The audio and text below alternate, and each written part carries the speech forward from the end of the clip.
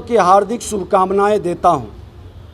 आज के दिन अपने शहीदों को नमन करते हैं, अपनी विरासत पर गौरव महसूस करते हैं। हम अपने राज्य के सभी नागरिकों और विशेष रूप से अपने नौजवानों से आग्रह करते हैं कि बिहार की महान विरासत जो ठहर गई है उसे आगे बढ़ाने का संकल्प लें। यह समय अपने संकल्पों को सिद्धि तक पहुंचाने का समय है। अतः हम सबको मिलकर इस अमृतकाल बेला में अपने कर्तव्य और निष्ठा से कार्य करना है।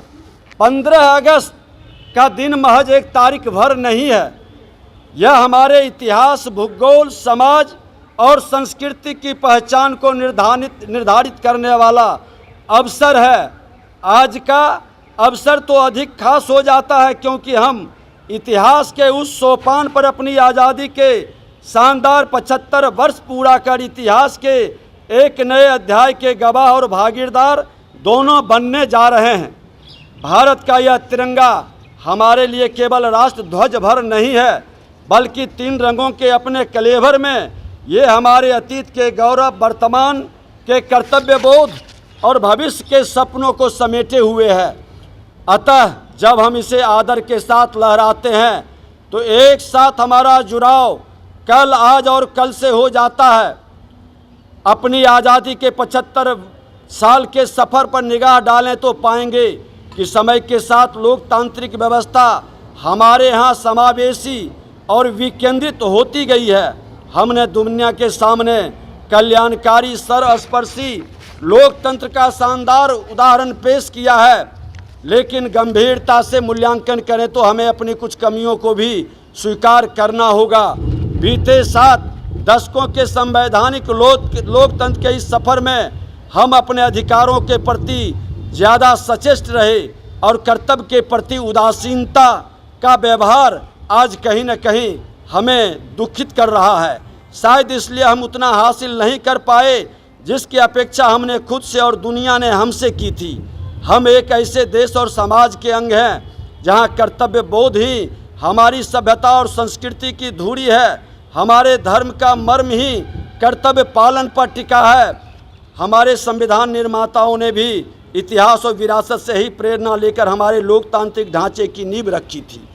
अतः हमने अपने अतीत से प्रेरणा लेकर देश और समाज के हर व्यक्ति के दिल में कर्तव्य का दिया जलाना है, ताकि आज से 25 वर्ष बाद जब हम आज़ादी का शताब्दी वर्ष मना रहे होंगे तो दुनिया हमें एक बार फिर से विश्व गुरु और सोने के चिड़िया के रूप में देखे और जाने।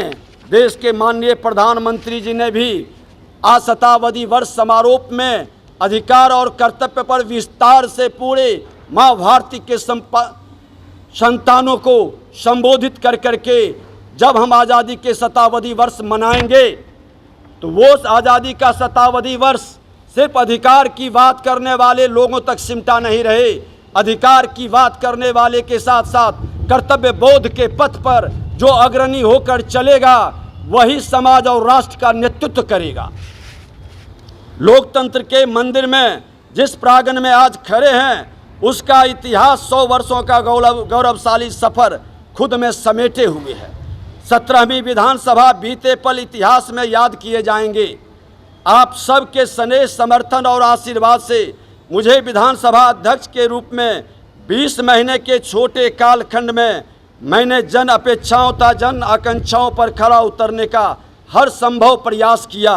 विधानसभा भवन के ऐतिहासिक शताब्दी वर्ष में मैंने विधानसभा को विधायिकी कार्य के साथ साथ सामाजिक सरोकार से जोड़ने का प्रयास किया। इस प्रयास का शुभारंभ भारत के माननीय राष्ट्रपति जी के द्वारा किया गया, जिसे पिछले माह भारत के माननीय प्रधानमंत्री जी की उपस्थिति के माध्यम से नई ऊंचाई मिली।